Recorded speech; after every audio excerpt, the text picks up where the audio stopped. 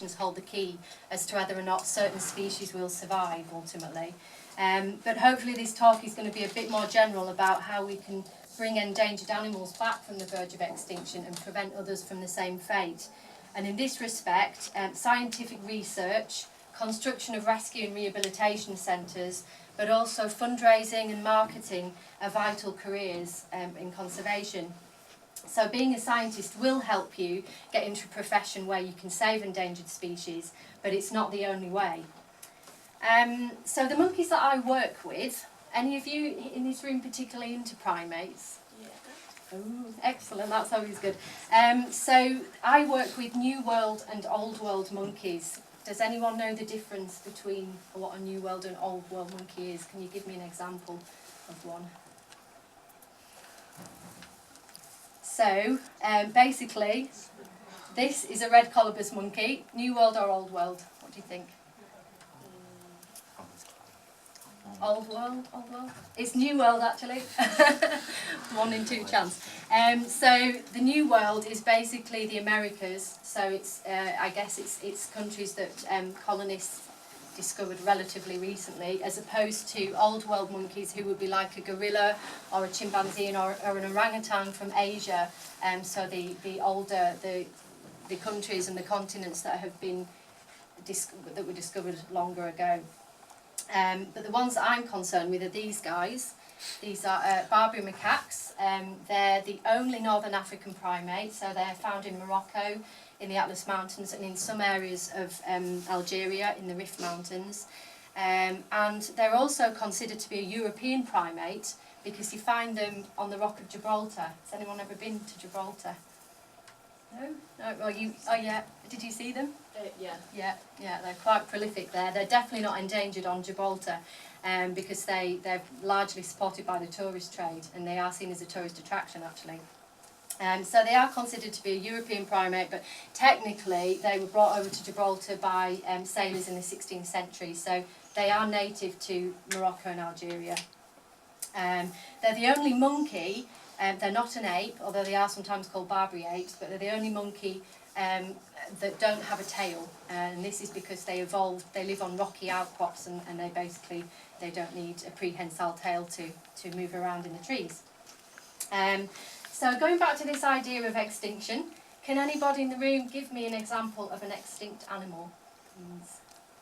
Anything that's extinct. Woolly mammoth. The woolly mammoth, brilliant, thank you, that's a good one, yeah.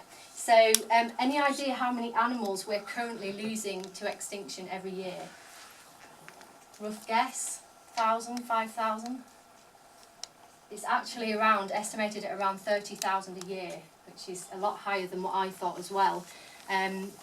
I basically got into all of this. I was teaching out in Thailand in a school out there, and I started volunteering for a gibbon rehabilitation project, and that's when I started to find out just how many species are going extinct and how sort of precarious it is for biodiversity in the rainforest. So this was particularly shocking, and this figure has emerged recently, that in the 2,000 years since we've been counting time, as it were, since the birth of Christ, the loss of 50% of the world's animal species has been in the last 40 years. That's quite shocking, isn't it? So up until the last 40 years, we'd only lost 50%. So basically I started to think, well, if this is the case, it must be something it must be the way that we're living today that is responsible for this. Perhaps also because it's mainly human activity that's caused it. Maybe that means that we can do something to put it right, and this is where conservation comes in. So I basically had a fairly drastic change of my lifestyle. I gave up eating meat because soya fed to cattle, and cattle ranching is one of the main causes of deforestation.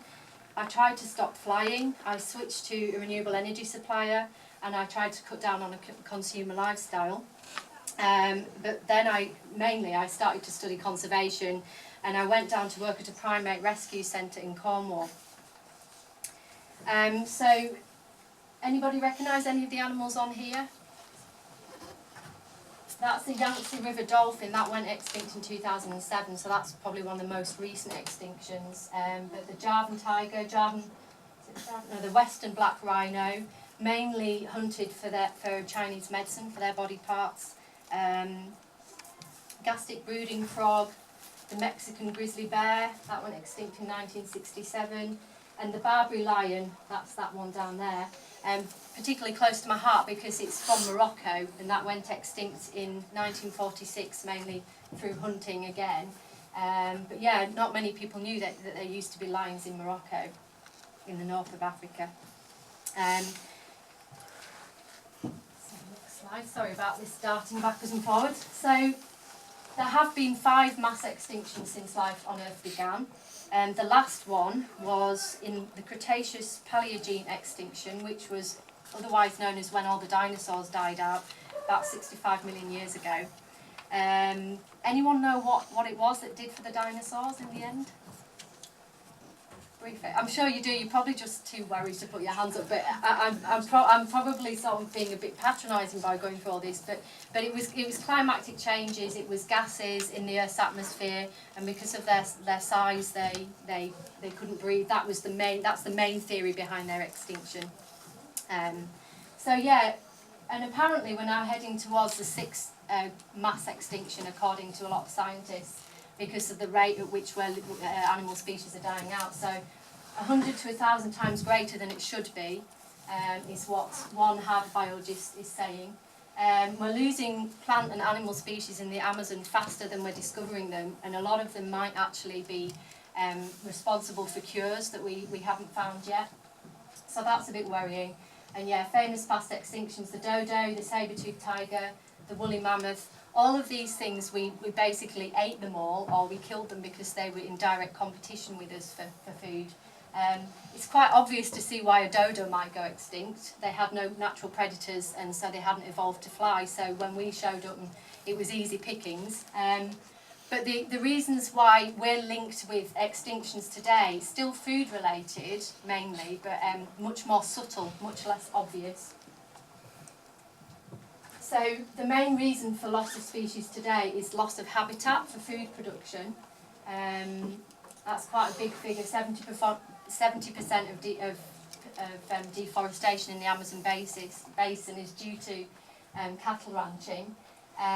You probably also know that the oceans are in quite a lot of trouble. Not something we really tend to look at a lot because it's all under the water. But it's predicted that if we continue as we are, the ocean fish stocks will collapse by the mid-century. And then finally, the palm oil industry. Obviously this is again close to my heart because it affects primates. The orangutan is critically endangered directly as a result of this industry. But I mean, it's always linked to the orangutan, but then there's also the Sumatran rhino, tiger and elephant, and as well as all the little guys that nobody really thinks about, but that are crucial in the food chain for all the bigger guys. And because 12% of all mammals and 17% of all bird species are found in the Indonesian rainforests, and we're losing around 2 million acres every year to the palm oil industry. So palm oil, as I'm sure you're mainly aware, is found in everything now because it's a cheap kind of oil. It's known as sodium lauryl sulfate in shampoo. That's the stuff that makes your soap foamy. It's labelled vegetable oil in the majority of things, but at least now supermarkets are actually starting to label food items that have got palm oil in, so you can make a conscientious decision not to buy it. Unfortunately, though, it is spreading. It's spreading to the Amazon and to parts of Africa as well, to be farmed. So many of the ways that we choose to live do affect whether we can actually keep species alive or not. And one way of actually getting into conservation is perhaps to look at food science, because we need to now develop ways for how we can sustain the world's burgeoning population without directly wiping out other species as a result of this. Soya, for example, soya protein, and many people say that if we feed this directly to people rather than going via the animals, that would also solve a lot of world hunger issues as well as stopping a lot of deforestation. So it's all things that we can think about in the fight to save species. So, brief explanation of other reasons. Climate change, obviously the one that just everybody knows about is the polar bear. Its habitat is shrinking because the ice caps are melting. Species of fish are going extinct because the ocean temperature is rising and they can't deal with that. Hunting, so deforestation is linked to this as well, because if you chop down large parts of the rainforest, then local people and tribes who depend on bushmeat for protein can then get more easily into parts of the rainforest they wouldn't have been able to get into before. A lot of people don't realise that animal testing in some ways is directly linked to it as well, because for example in Mauritius they catch a lot of monkeys from the wild there which are transferred to Europe for testing, and obviously monkeys are popular because of our genetic similarities, but on Mauritius there's absolutely no mitigation of conservation status of any of the primates there, so that's a worrying phenomenon. Resource competition, so farming, animals will come down and raid the crops and farmers will shoot the animals and so on. And the global pet trade, a lot of people don't realise. Did you even realise it's legal to have a monkey as a pet in the United Kingdom? Did anyone know that? It is. It's legal as long as you have a Dangerous Wild Animals Act licence. And throughout the world, it's about a £12 billion industry is the exotic pet trade. The third largest illegal activity after arms and the drugs trade. So quite a big problem really. In addition to deforestation, the last two here are the ones that I'm primarily concerned with.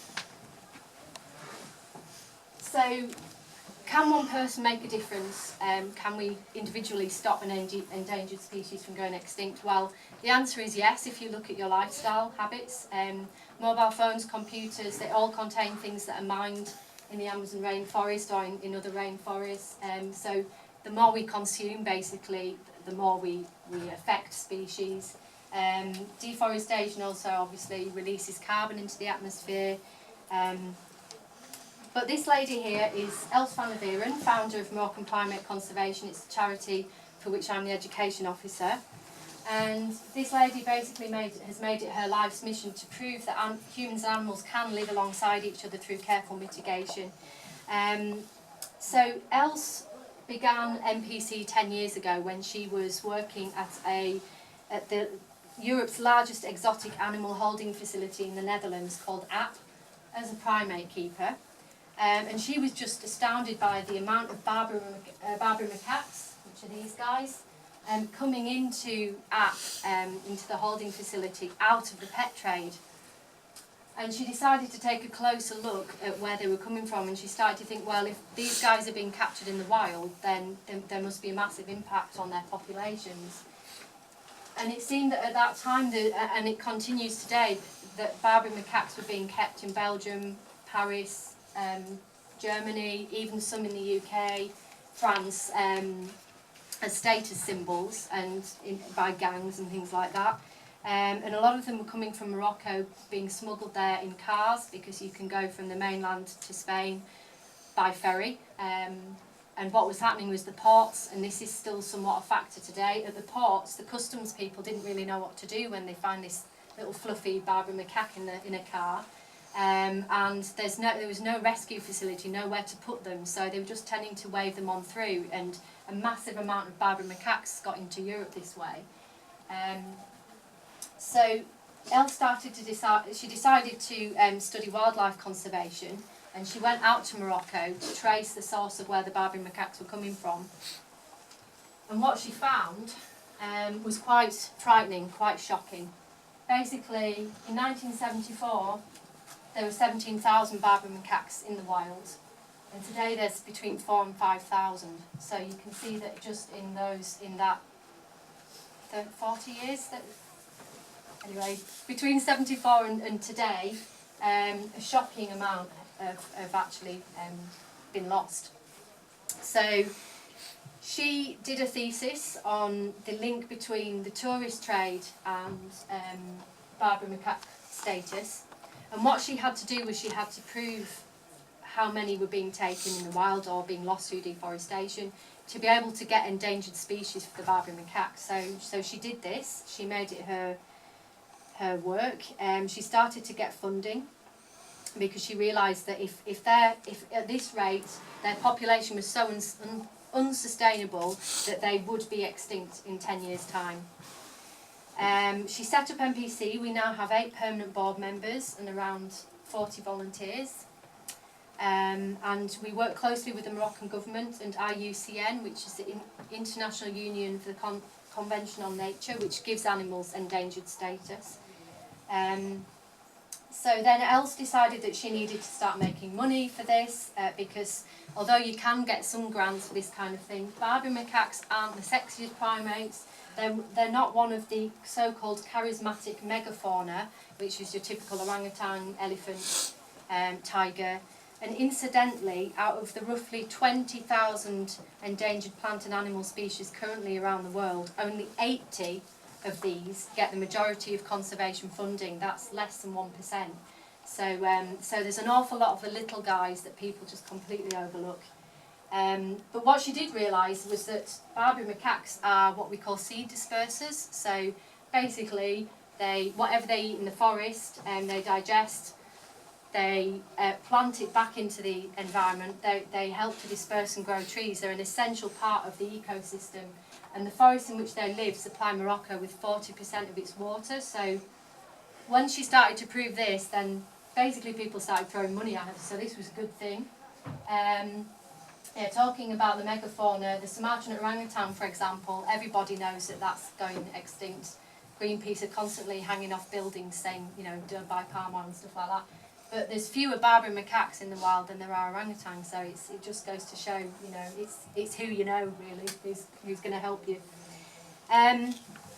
So then she turned her focus onto education, which is where I come in. We've been running huge education programmes out in Morocco and also in the UK. She's been trying to encourage students, Moroccan students, to find ways of how Barbary macaques can live alongside humans, because obviously agriculture, their land is being cleared for agriculture, and a lot of what is being grown, the Barbary macaques are coming down to eat, and then they're being shot, illegal as it is, you know, because they are now an endangered species, so it's illegal to kill one. And just as an anecdote, she always uses this as an example of conservation in action, basically, how amazing conservation can be. There was a study in Africa which revealed that elephants are scared of bees. So they were having major problems out there with crop raiding from elephants living nearby farms. And what they did was a group of conservationists constructed basically posts around the crops with thin wire going from post to post. And on the posts they put in bees' nests. And whenever the elephants came over and touched the post, it would send out all these bees, and basically the elephants just ran away. They were scared of the bees. And it stopped them going to raid the crops. And the farmers farmed the honey at the same time. I just think it's awesome. It's a way of how we can actually manage and mitigate those things. So really clever. And then lastly, we're building now a rehabilitation centre for the macaques, as I say, that are confiscated, and we've successfully released one baby back into a group that wasn't even her original group. So this can be done because Barbary macaques the males are very paternal. I wouldn't say it can be done with every primate species, and probably only with babies. But we are seeing that we are going to be able to return them back to the wild, which is good news. Okay, so to reiterate, well, this was my photo actually. When I was last out in Morocco, I went to see the Barbary macaques in Ifran National Park, and I stood there for about an hour and just counted how many trucks went past with wood, and it was quite disheartening. Probably about 10 to 12 of these loaded up with wood, with cedar wood, went past in about an hour. So that was quite saddening. but also, so of course, yeah, this is a typical image of the sheep and goats that are found in Morocco, and for which the clearance of the land occurs. And then the pictures down here, this is, if anyone's been to Morocco, to Marrakesh, my colleague Kay, who's a volunteer for MPC, can tell you personally that that's why you got involved, basically, isn't it? Because went on holiday to Morocco, saw the macaques at the square, thought there's something not right here, and got in touch with us. Bizarrely, we both lived in Harrogate, even though it's an international charity. So she's now helping us out, which is amazing. But yeah, it's completely illegal, but you will find people using Barbary macaques as photo props on Jemaa al-Fna Square. And these guys are involved with the poachers, they're involved with the pet trade, they're highly dodgy characters, and they actually pay the police not to move them off the square, so there's an awful lot of corruption involved in these things. You've probably also seen the snake charmers there, and the snakes have their mouths sewn together, they have their fangs removed, the birds are drugged, it's really not good. But these guys are critically endangered, so there's no way that they should be at the square, and as I say, we are working with the Moroccan authorities, but you've got to be very diplomatic with these things because they can quite easily tell you to leave their country. So, I mean, we work mainly with Moroccan people. We're not just an NGO from Europe that's gone over to say, you've got to do this. It's got to come from Moroccan people themselves, so that's what we try and work towards. And I've just been, if any of you are going travelling this summer, we've just been in touch with the Rough Guide, that might be a book that you refer to. They're going to do a spread on the Barbary macaque, because at present, a lot of the guides don't even mention that it's illegal to have them on the square. So that's a good thing. But yeah, Barbary macaques aren't out of danger yet. They're on the IUCN Red List. They're still being poached. However, we're now running an amazing programme called Monkey Watch, basically we're training guides to take people to see the monkeys from a safe distance and with a guide. And this is giving local people jobs. It's actually deterring the poachers, because having the tourist presence there, having the guides there, we've now got trained guards as well. So we've seen a massive decline in the babies being taken from the wild, which is just awesome, really. And then also, if you're interested in Monkey Watch, you can go there as a researcher. You can go and help. You can do a week or 2 weeks just tracing the Barbary macaques and helping us to research their lifestyle habits, their feeding and all that kind of thing. So just to highlight what we're doing, just to go over it again, the Monkey Watch scheme, a long-term conservation programme with the Moroccan government and the building of a rehabilitation centre. These are all things that you need to cover if you're trying to save an endangered species, obviously. Annual education programmes, continuous research, so we've got links with universities all throughout Europe. Fundraising is a hugely important thing for any charity, obviously, but as we say, we are starting to get more and more grants now, but they're not exactly throwing money at Barbary macaques. No one really knows about them, sadly, but we're trying to change that. And basically, a group of volunteers just go over to Morocco every summer. They hand out leaflets at the ferry ports saying, don't bring them back in your cars, don't feel sorry for them. They're tiny babies now, but they do grow to be about this big. And I used to look after some down in Cornwall, and one of them was just found tied to a lamppost in Paris because he'd been abandoned. It's about that big with massive canines. And yeah, we have a continuing presence at Jemaa al-Fna Square in Marrakesh to try to deter people from having their photo taken with them. So that just quickly, this is a picture of an education programme we're doing. This is working with the Moroccan government and universities, and this is the Monkey Watch scheme. This is a flyer for that. So yeah, basically you can go to Morocco, and it's a very unique experience. Be around Barbary macaques in the wild, obviously from a safe distance and a safe distance from the monkeys as well. Humanisation is not a good thing. A, it brings them down to the roads and a lot of them are getting run over, but B, obviously just humanising a wild animal is never good.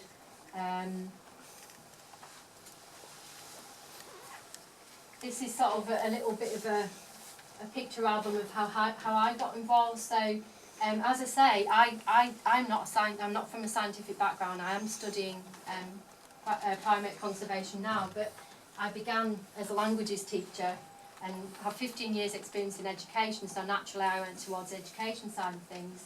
But I started off basically volunteering. I volunteered out in South Africa. This is with orphaned animals out in South Africa, Barbary Monkey Foundation, Elephant Nature Park, and this is doing education programmes in Morocco.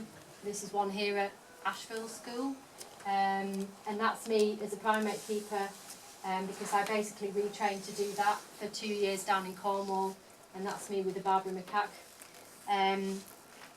So yeah, I also helped a charity to save these guys, the yellow-tailed woolly monkey. They were in the same way brought back from the verge of extinction by conservationists, by basically working with local people and community-run initiatives. So just to round off, this is my colleague Christina Stazica, who is MPC UK's fundraiser and development manager. She got into conservation in a much more conventional route than I did.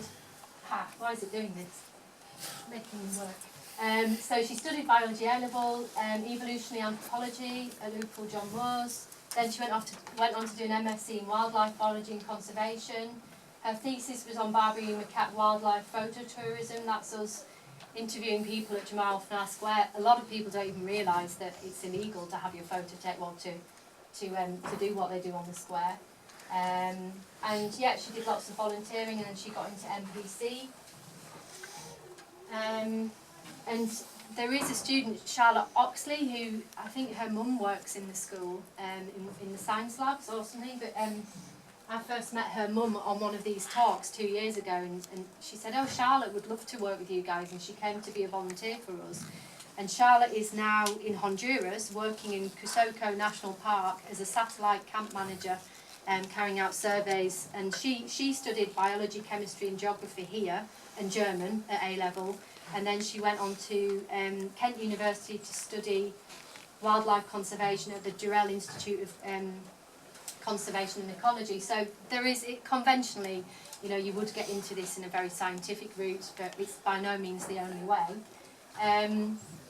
But all I can say is volunteer as much as you can, like now's the time, because you'll find that later on in life, when you've got mortgages and commitments and maybe your parents aren't supporting you as much, you won't be able to find the time and the money to go and volunteer.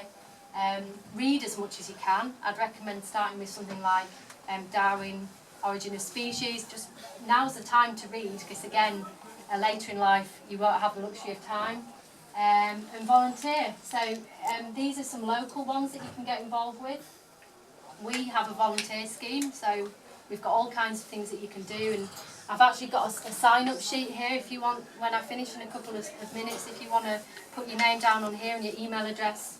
If you want to express any interest in volunteering with us, just sort of put down which area you're interested in and we'll get in touch with you. But there's all kinds of routes that you can do. Go down to Wild Futures in Cornwall. Jess Suffling from Harrogate, she went down there last year. She's now working in conservation somewhere, but you can actually work directly with the monkeys down there, so that's awesome. And then, yeah, go abroad if you can. Probably the nearest to home would be something like the Sea Turtle Project in Greece. That's within Europe. They're doing amazing things. But you've got Monkey Watch is our thing. We've got community tourism out in Peru. Selamat Kanyaki is our sister organisation out in Indonesia. But this, I would recommend this over anything. This is a website that I think you might have to pay a small amount to subscribe, but it gives you ideas for volunteering all over the world in any kind of conservation-related project. So that's about it, really. I'd say that don't just think that you have to be a scientist. We need lawyers as well. We need PR people. We need marketing. We need fundraising. Lawyers especially, because the industries that are sort of against conservation in a way, the logging, the agriculture, all those kind of industries are massive. They've got so much power, and when they carry out illegal activities, we need lawyers on our side. We need people, young people with energy and motivation and inspiration to fight against those things. So it is an extremely rewarding career. I wake up every morning and I do think I am doing something good. Like, you know, for future generations basically. And sadly, at the rate we're going, we are going to still have plenty of work to do into the future. So thank you for listening. Maybe we've got a minute or a couple of minutes if anyone's got any questions.